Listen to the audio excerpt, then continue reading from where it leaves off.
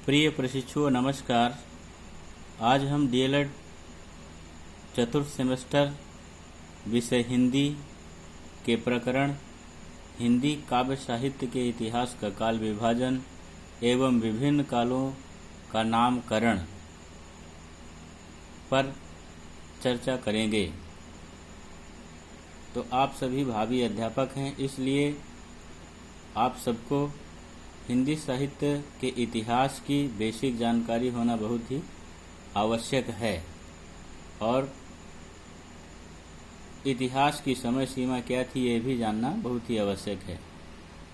तो किसी भी देश के साहित्य का अपना इतिहास होता है, उसी प्रकार से हमारे हिंदी काव्य साहित्य का भी अपना इतिहास है। विभिन्न विद्वानों के अनुसार ऐसा माना जाता है कि हमारे हिंदी साहित्य का इतिहास 1100 साल का पुराना है।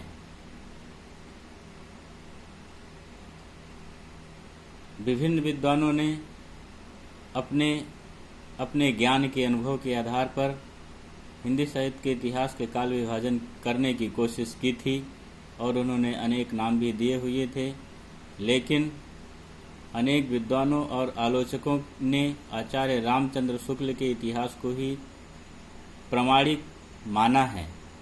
तो सबसे पहले हम आचार्य रामचंद्र शुक्ल के इतिहास के काल विभाजन को ही देख लेते हैं, क्योंकि वही प्रामाणिक माना जाता है और वही परीक्षाओं में पूछा भी जाता है।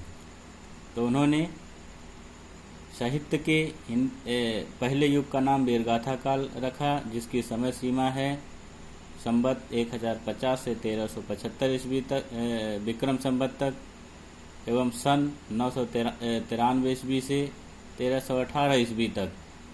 भक्ति काल की समय सीमा है संवत 1375 से 1700 तक, ईस्वी सन 1318 से 1643 ईस्वी तक।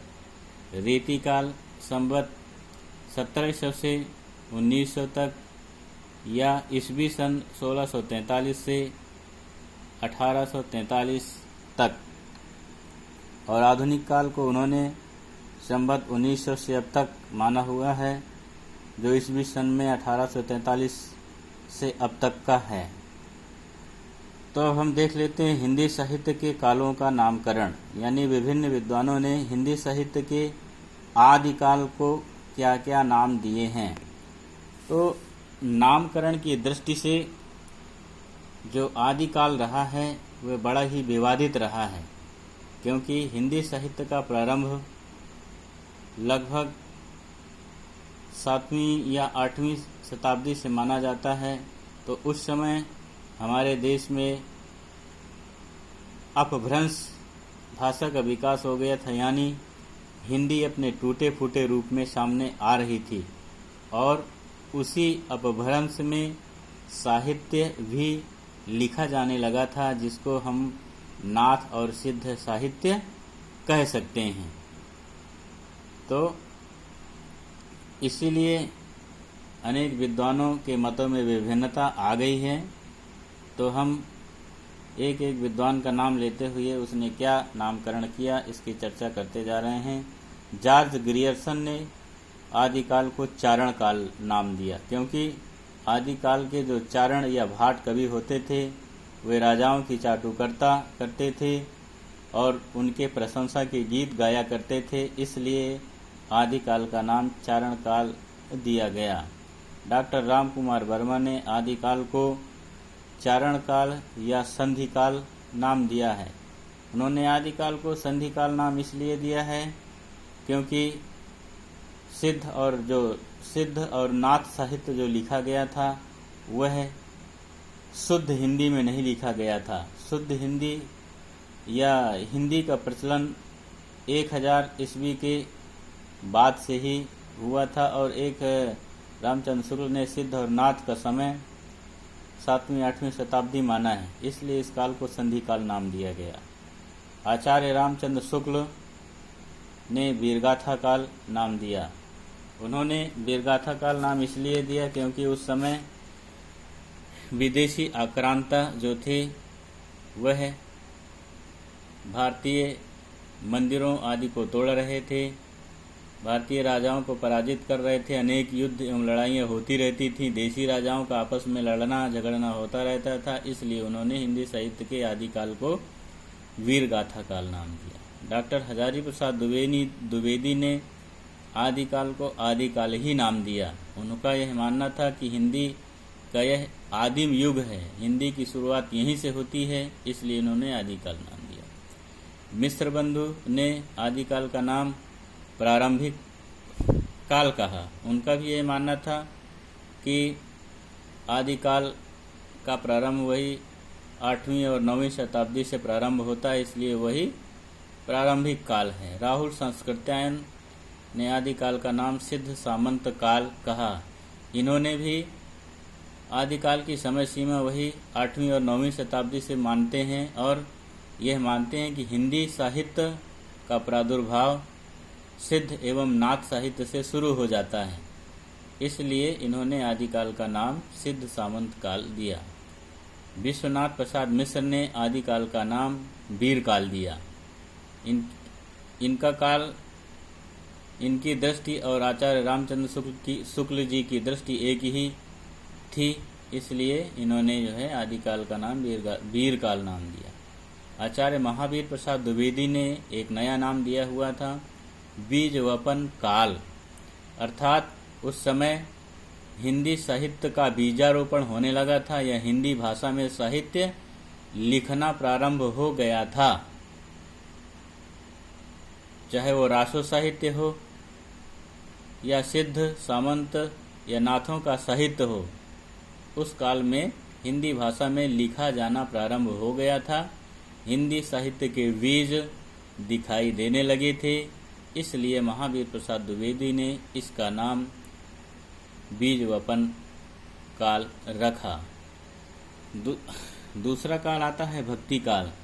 भक्ति काल ये पूरी तरह से अविवादित काल रहा है, लेकिन आचार्य ग्रियर्सन ने एक बढ़िया नाम दिया था। इन्होंने भक्ति काल को हिंदी साहित्य का स्वर्ण युग कहा था। स्वर्ण युग क्यों कहा था, इस पर विस्तार से चर्चा नहीं की जा सकती, तो बाद में कभी भी कर सकते हैं। और तीसरा काल है रीति काल। तो जो रीति काल है, इसके संबंध में इसके नामकरण के विषय में भी विद्वानों में एक मतता नहीं रही है, उसको हम संक्षेप में समझा दे रहे हैं। पहले विद्वान है मिश्र बंधु, इन्होंने रीति काल को अलंकृत नाम दिया। अलंकृत नाम क्यों दिया? क्योंकि उस समय रीति काल के जो कवि थे वह कला पक्ष को विशेष ध्यान दे रहे थे, भाव पक्ष उनकी दृष्टि में नगण्य था। एक कवि दूसरे कवि से इस दृष्टि से आगे बढ़ जाना चाहता था कि मेरी कविता कितनी अच्छी है, मेरी कविता में कितने अच्छे अलंकार हैं, रस हैं, कितने अच्छे लक्षण हैं। इस प्रकार की विशेषता होने के कारण मिश्र बंधुओं ने इसका नाम अलंकृत काल रखा। आचार्य रामचंद्र शुक्ल ने रीति काल रखा। इनका यह मानना था कि जो रीति काल है, रीति काल का जो साहित्य है वह प्राचीन संस्कृत साहित्य की पद्धति पर आधारित है, यानी उसी की रीति पर लिखा गया, इसलिए उन्होंने रीति काल नाम दिया। विश्वनाथ प्रसाद मिश्र ने रीति काल को श्रृंगार काल नाम दिया। इन्होंने श्रृंगार काल नाम इसलिए दिया क्योंकि उस समय श्रृंगार रस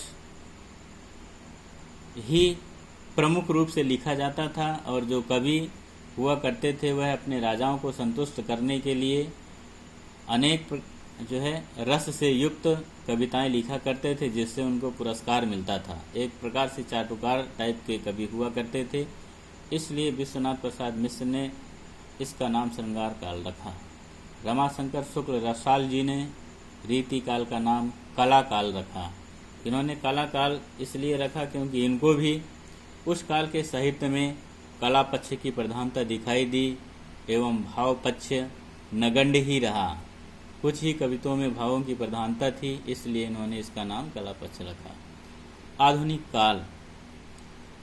आधुनिक काल भी निर्विवाद ही है। आचार्य रामचंद्र शुक्ल ने इसका नाम गद्य काल जरूर रख दिया था, क्योंकि इस युग में आते आते जो खड़ी बोली हिंदी थी उसने साहित्य का रूप ले लिया था और खड़ी बोली हिंदी में गद्य की अनेक विधाएं प्रचलित हो गई थीं और अनेक विधाओं में साहित्य लिखा जाने लगा था, इसलिए इन्होंने इसका नाम गद्य काल रखा।